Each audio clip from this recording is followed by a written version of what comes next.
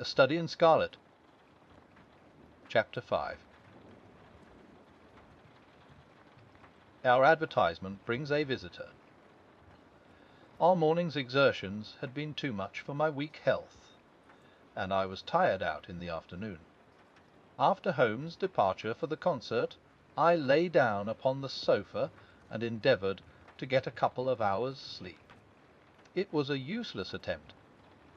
My mind had been too much excited by all that had occurred, and the strangest fancies and surmises crowded into it. Every time that I closed my eyes I saw before me the distorted, baboon-like countenance of the murdered man, though so sinister was the impression which that face had produced upon me that I found it difficult to feel anything but gratitude for him who had removed its owner from the world. If ever human features bespoke vice of the most malignant type, they were certainly those of Enoch J. Drebber of Cleveland. Still I recognized that justice must be done, and that the depravity of the victim was no condonement in the eyes of the law. The more I thought of it, the more extraordinary did my companion's hypothesis that the man had been poisoned appear. I remembered how he had sniffed his lips, and had no doubt that he had detected something which had given rise to the idea. Then, again, if not poison, what had caused the man's death, since there was neither wound nor marks of strangulation? But, on the other hand, whose blood was that which lay so thickly upon the floor? There were no signs of a struggle, nor had the victim any weapon with which he might have wounded an antagonist. As long as all these questions were unsolved, I felt that sleep would be no easy matter, either for Holmes or myself. His quiet, self-confident manner convinced me that he had already formed a theory which explained all the facts, though what it was I could not for an instant conjecture. He was very late in returning, so late that I knew that the concert could not have detained him all the time. Dinner was on the table before he appeared. It was magnificent, he said as he took his seat. Do you remember what Darwin says about music? He claims that the power of producing and appreciating it existed among the human race long before the power of speech was arrived at. Perhaps that is why we are so subtly influenced by it. There are vague memories in our souls of those misty centuries when the world was in its childhood. That's rather a broad idea, I remarked. One's ideas must be as broad as nature if they are to interpret nature, he answered. What's the matter? You're not looking quite yourself. This Brixton Road affair has upset you. So to tell the truth it has, I said. I ought to be more case-hardened after my Afghan experiences. I saw my own comrades hacked to pieces at Maiwand without losing my nerve. I can understand. There is a mystery about this which stimulates the imagination. Where there is no imagination, there is no horror. Have you seen the evening paper? No, Bar. It gives a fairly good account of the affair. It does not mention the fact that when the man was raised up, a woman's wedding ring fell upon the floor. It is just as well it does not. Why? Look at this advertisement, he answered.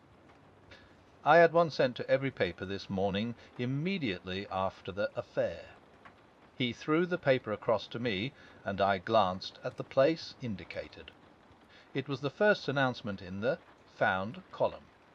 In Brixton Road this morning it ran: a plain gold wedding ring found in the roadway between the White Hart Tavern and Holland Grove. Apply Dr. Watson, 2221 Baker Street, between 8 and 9 this evening. Excuse my using your name, he said.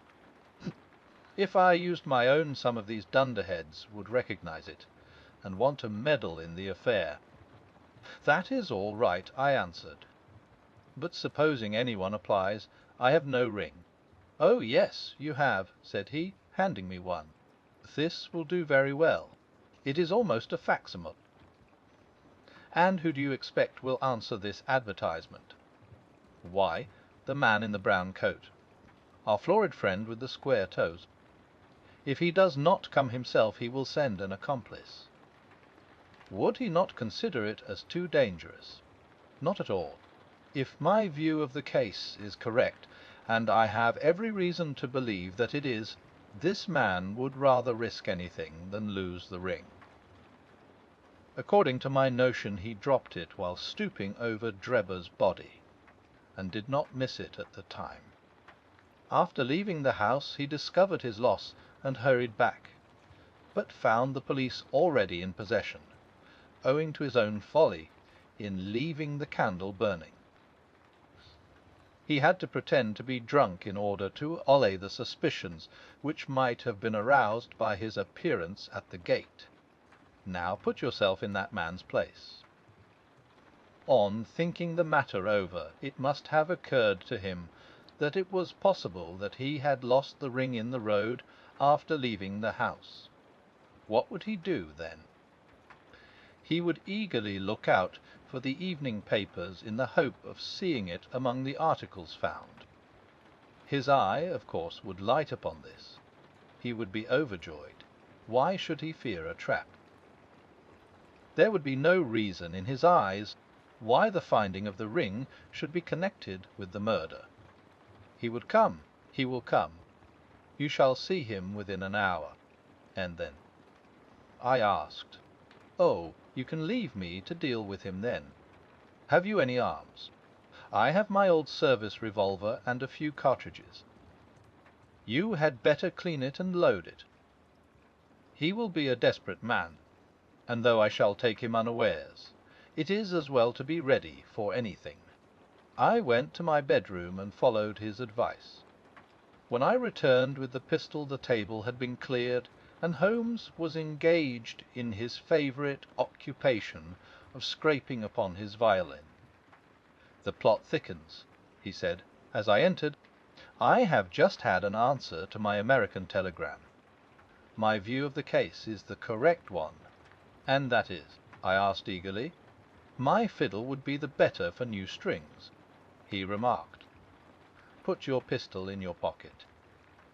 When the fellow comes, speak to him in an ordinary way. Leave the rest to me. Don't frighten him by looking at him too hard. It is 8 o'clock now," I said, glancing at my watch. "Where's?" "He will probably be here in a few minutes." "Open the door slightly. That will do. Now put the key on the inside. Thank you. This is a queer old book I picked up at a stall yesterday. De Jure Inter Gentes, published in Latin at Liege in the Lowlands in 1642. The Charles' head was still firm on his shoulders when this little brown-backed volume was struck off. Who is the printer? Philip de Croy, whoever he may have been. On the flyleaf, in very faded ink, is written ex libris Gulielmi White. I wonder who William White was. Some pragmatical 17th century lawyer, I suppose. His writing has a legal twist about it. Here comes our man, I think. As he spoke, there was a sharp ring at the bell. Sherlock Holmes rose softly and moved his chair in the direction of the door. We heard the servant pass along the hall, and the sharp click of the latch as she opened it. "Does Dr. Watson live here?" asked a clear but rather harsh voice. We could not hear the servant's reply, but the door closed, and some one began to ascend the stairs. The footfall was an uncertain and shuffling one. A look of surprise passed over the face of my companion as he listened to it. It came slowly along the passage, and there was a feeble tap at the door. "Come in," I cried. At my summons, instead of the man of violence whom we expected, a very old and wrinkled woman hobbled into the apartment. She appeared to be dazzled by the sudden blaze of light, and after dropping a curtsy, she stood blinking at us with her bleared eyes and fumbling in her pocket with nervous, shaky fingers. I glanced at my companion, and his face had assumed such a disconsolate expression that it was all I could do to keep my countenance. The old crone drew out an evening paper and pointed at our advertisement. "It's this as has brought me, good gentlemen," she said, dropping another curtsy, a gold wedding ring in the Brixton Road. "It belongs to my girl Sally, as was married only this time twelvemonth, which her husband is steward aboard a Union boat, and what he'd say if he come home and found her without her ring is more than I can think, he being short enough at the best o' times, but more especially when he has the drink. If it please you, she went to the circus last night along with—" "Is that her ring?" I asked. "The Lord be thanked," cried the old woman. "Sally will be a glad woman this night. That's the ring. And what may your address be?" I inquired, taking up a pencil. "The 13 Duncan Street, Houndsditch. A weary way from here. The Brixton Road does not lie between any circus and Houndsditch," said Sherlock Holmes sharply. The old woman faced round and looked keenly at him from her little reed-rimmed eyes. "The gentleman asked me for my address," she said. "Sally lives in lodgings at 3 Mayfield Place, Peckham. And your name is—" "My name is Sawyer." "Hers is Dennis, which Tom Dennis married her. And a smart, clean lad, too, as long as he's at sea, and no steward in the company more thought of. But when on shore, what with the women, and what with liquor shops—" "Here is your ring, Mrs. Sawyer," I interrupted, in obedience to a sign from my companion. "It clearly belongs to your daughter, and I am glad to be able to restore it to the rightful owner." With many mumbled blessings and protestations of gratitude, the old crone packed it away in her pocket and shuffled off down the stairs. Sherlock Holmes sprang to his feet the moment that she was gone and rushed into his room. He returned in a few seconds enveloped in an ulster and a cravat. "I'll follow her," he said, hurriedly. "She must be an accomplice, and will lead me to him. Wait up for me." The hall door had hardly slammed behind our visitor before Holmes had descended the stair. Looking through the window, I could see her walking feebly along the other side, while her pursuer dogged her some little distance behind. Either his whole theory is incorrect, I thought to myself, or else he will be led now to the heart of the mystery. There was no need for him to ask me to wait up for him, for I felt that sleep was impossible until I heard the result of his adventure. It was close upon 9 when he set out. I had no idea how long he might be, but I sat stolidly puffing at my pipe and skipping over the pages of Henry Murger's Vie de Beau Ami. 10 o'clock passed, and I heard the footsteps of the maid as they pattered off to bed. 11, and the more stately tread of the landlady passed my door, bound for the same destination.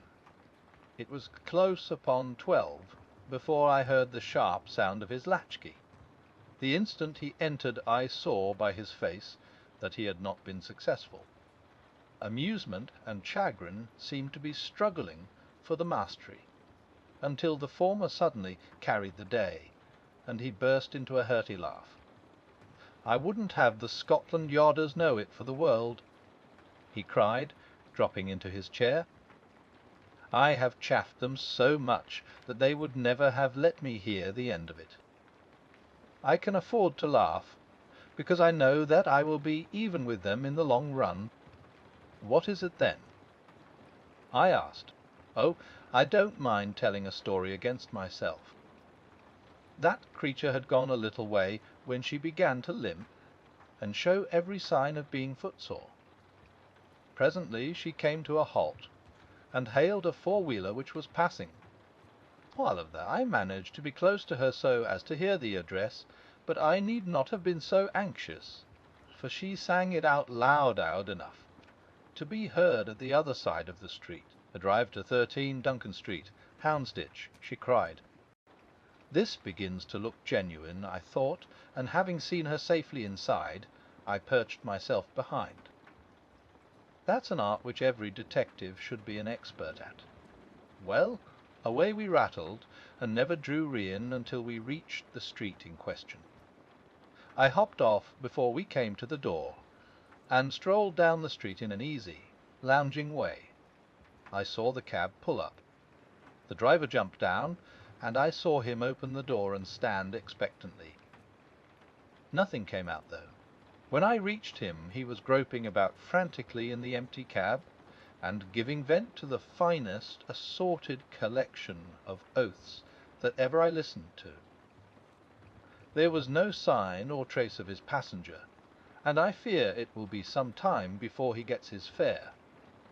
On inquiring at number 13, we found that the house belonged to a respectable paper-hanger named Keswick, and that no one of the name, either of Sawyer or Dennis, had ever been heard of there. "You don't mean to say," I cried in amazement, "that tottering, feeble old woman was able to get out of the cab while it was in motion, without either you or the driver seeing her?" "Old woman be damned," said Sherlock Holmes sharply. We were the old women to be so taken in. It must have been a young man, and an active one, too, besides being an incomparable actor. The get-up was inimitable. He saw that he was followed, no doubt, and used this means of giving me the slip. It shows that the man we are after is not as lonely as I imagined he was, but has friends who are ready to risk something for him. Now, Doctor, you are looking donneur. Take my advice and turn in." I was certainly feeling very weary, so I obeyed his injunction.